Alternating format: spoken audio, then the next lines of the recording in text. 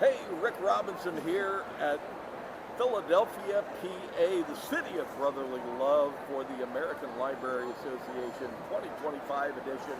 And I am here with Zoom into books, the preeminent author interview site on the Google. All you gotta do is go to the Google and put Zoom into books and you're gonna find it. And see, Lauren is sitting there already showing she doesn't like my dad jokes. We're talking about the Google. I love dad jokes. There we go. Hey, my guest here right now is Lauren K. Johnson, and she has written an award-winning book here. Got some awards this week while we're here at the conference. Written a memoir called The Fine Art of Camouflage. Oh, look at that. You do a Vanna White. That's very good. I like that. I've been practicing. So, you obviously come from a military family. Are you a military brat? Is that right? Your mom and dad? Sort of, but a bit of a non-traditional military brat. My mother served. She was a reservist, so we didn't have the experience of bouncing around to different bases. She was pretty stationary, and that was by her design. She wanted stability in the military. She wanted to have a family, so she left active duty and joined the reserves. So she was in the Army, right? Yes. And she was actually deployed during Desert Shield, Desert Storm?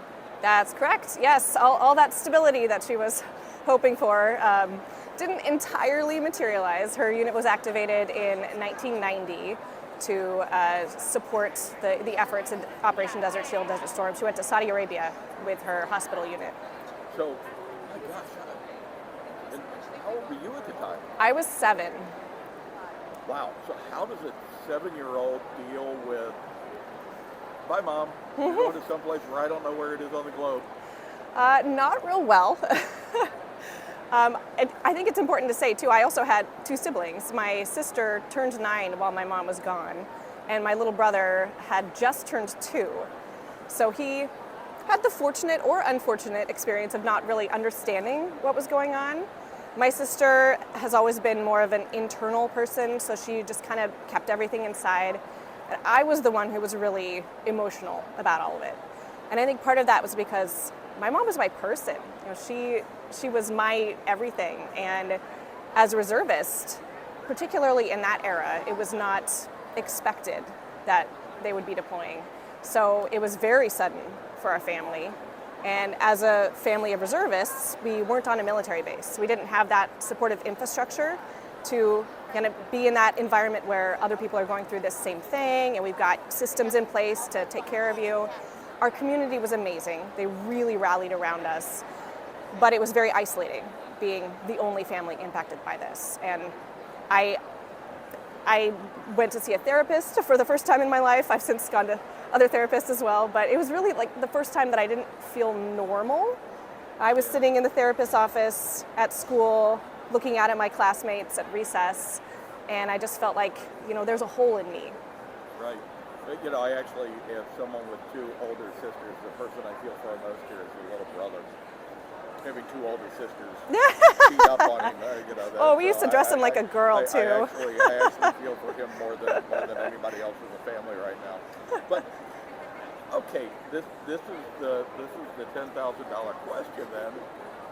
You go through that situation. You feel there's an empty spot. You're missing mom. You know the experience of what just happened. Yet when you get old enough, you decide, I really want that. Yes. How the heck did that happen? You got to come on it. It's got to be a good story. That is the $1 million question, and that's honestly a big part of why I wrote this book, was to unpack that. Isn't that a great thing about writing, though? It is, yes, and that's... You get to put all those feelings down. When Hemingway talked about, writing is easy. You put in a piece of paper in the typewriter and you bleed all over it. That's kind of what you've done here, right? Absolutely. Blood, sweat, and tears. So, we'll get back to the question. How did you decide, I want to do this? I want to do this too. It was very complicated. So when my mom got back, we actually, in hindsight, Desert Storm was a relatively quick conflict. She was only gone for about 4 months, which still was traumatizing as a young child. And it's years to a child. yes, oh, and I actually found out after the fact that my mom's orders were for up to 2 years. They had no idea how long they'd be gone. There was tremendous fear at the time of the conflict escalating, getting involved with chemical weapons, and she wasn't sure if she was going to come home. So I can't imagine how my mom must have felt about all of that. From my perspective as a child, when she got home, we all made a family pact that no one else would join the military because one deployment was enough. I know it sounds like a B movie, like dun dun dun, what's going to happen next? And I broke that pact. And overtly, there were practical reasons why I joined the military. 9/11 occurred my senior year of high school. And looking back on that, that was sort of a pivotal moment. The appeal of a college scholarship was very pivotal. I went to ROTC, got a full ride to my dream school on the beach in California, which was very appealing as an 18-year-old from Seattle, Washington. But it's of course much more complicated than that. What did Mom think about the fact that after she went through what she went through that obviously caused you pain when you were a child, suddenly now you're saying, oh, by the way, I'm going to do it too. What did Mom say? We had some conversations about it. I think, it's really hard to change an 18-year-old's mind. And she, an interesting thing about writing the book actually is it took me 12 years. And toward the end of that process, I had kids. I have twins who are now 4 years old. And as I was giving the book its final edits, I was reading it and approaching it with the lens of a parent. So all of those questions that my mom must have been wrestling with, I was really confronting for the first time, and just have so much, so I just feel so much for her with trying to navigate her own deployment and figuring out what of that she wanted to share with her children. Do I pummel them with the truth, or do I, protect them like a parent is supposed to do? And then also when I decided to join, thinking about, can I turn my child away from a decision that I made, and from an experience that, while had some negative aspects, also had a lot of positive aspects. It was a formulating event in your life. It was, yeah. Because of that, your mother's deployment. But you get deployed, right? Yes. Tell me about your deployment. So my deployment was very different from my mom's, and very different from what you see in Hollywood. I was far from American Sniper. I was essentially a bureaucrat. My job was public affairs in the Air Force, so I was the mouthpiece of the military and writing press releases, media relations, giving base tours, that kind of thing. In Afghanistan, I was doing that sort of thing, but more overtly influential. I was information operations on a small team that was stationed in a particular Afghan province, and our mission was to win hearts and minds in that province. That's kind of become the tagline of the Afghan war now, and the hearts and minds piece was really my bread and butter. I was sending out messages to the local public, to the American and international publics, just trying to say, rah-rah, government of Afghanistan, rah-rah, coalition forces, and boo Taliban. So trying to win the war by eroding support for the insurgents and building up support for more legitimate infrastructures, which of course is easier said than done. A lot about your deployment is really current in today's events. I mean, I'm looking at, win through hearts and minds, yet we've shut down the Voice of America. You take a look at what's going on over in the Middle East. You took a look at the DEI incidents that are going on at the Pentagon.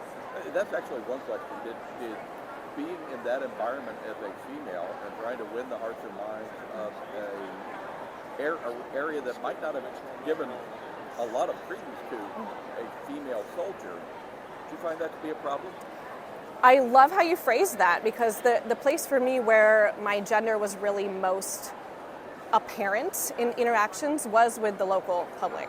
I was very fortunate in the military that I didn't experience extreme harassment, assault. A lot of people do, and that's a... Yeah, I'm more interested about how the locals thought about you as the soldier they saw on a daily basis. Yeah, it was highly variable in their reception. Some would greet me with trepidation. We were standing in a receiving line. Throw a shoe at you. Not quite that. In that part of the world. Not quite that overt, but we'd be standing in a receiving line, and all kind of look the same in our uniforms. And then as the men would approach, they would start to recognize, like, oh, she's got hair back there and feminine features, and some would just be visibly like, oh, and kind of gingerly shake my hand. Some would just skip right over me. And then some were just super excited to see me, like I was this anomaly, like, oh, a woman of power. And it was a very uncomfortable space to be. I felt like there was this spotlight on me everywhere I went. Running short here, but I want to make sure the title. Oh, yes. The Fine Art of Camouflage. That's a unique title. There's got to be a story behind it. Yeah, I mean, obviously camouflage has a lot of play in the military. It's about, hiding and blending in and being part of a larger whole. And I think that applies to us as human beings as well, especially as young people. More than a military story, I really see this book as a coming of age story, and kind of navigating all of these messages and stories that we tell ourselves, we tell each other, we hear from family, we get from media, and trying to shape your perspective and all of that. All right, it's 20 years from now, and your daughter, one of your two daughters, walks up to you and said, Mom, I want to join the military. What do you tell them? Well, thankfully I have 20 years or so to think about that. I would tell them the same thing that I would tell anyone who's considering joining the military, and that's just to educate yourself. Read accounts from veterans, family members, aid workers, local nationals, refugees, people who've been in that experience, who have a variety of perspectives. Talk to people, ask questions, and don't be afraid to dig into the uncomfortable questions. Confronting those and getting a larger picture of what you're signing up for before you get in there is so, so important. Lauren K. Johnson, how does somebody find you on the Google, on the internet? On the Google. On the Google. How do we find you on the Google? Where do we go to find out more about not only Fine Art of Camouflage, but you're here today also signing a thriller, a mystery book. That's actually not my book. I can't take credit for that, okay. Yes. I have no imagination. I write about myself. Okay, I got that wrong, Lauren. But the Fine Art of Camouflage, how can somebody find that book? So it's available pretty much wherever books are sold. If you Google Lauren K. Johnson, hopefully my SEO is good and you'll find me. I have a website, laurenkjohnson.com, and all the information about the book, reviews, media appearances, and such are on there. Grab this book. You're going to love it. I love the story. I love everything about this. This is going to be a fascinating book to read. Lauren, thank you so much for being with us here on Zoom. Thank you so much. Philadelphia, PA, American Library Association 2025. Thanks, Lauren.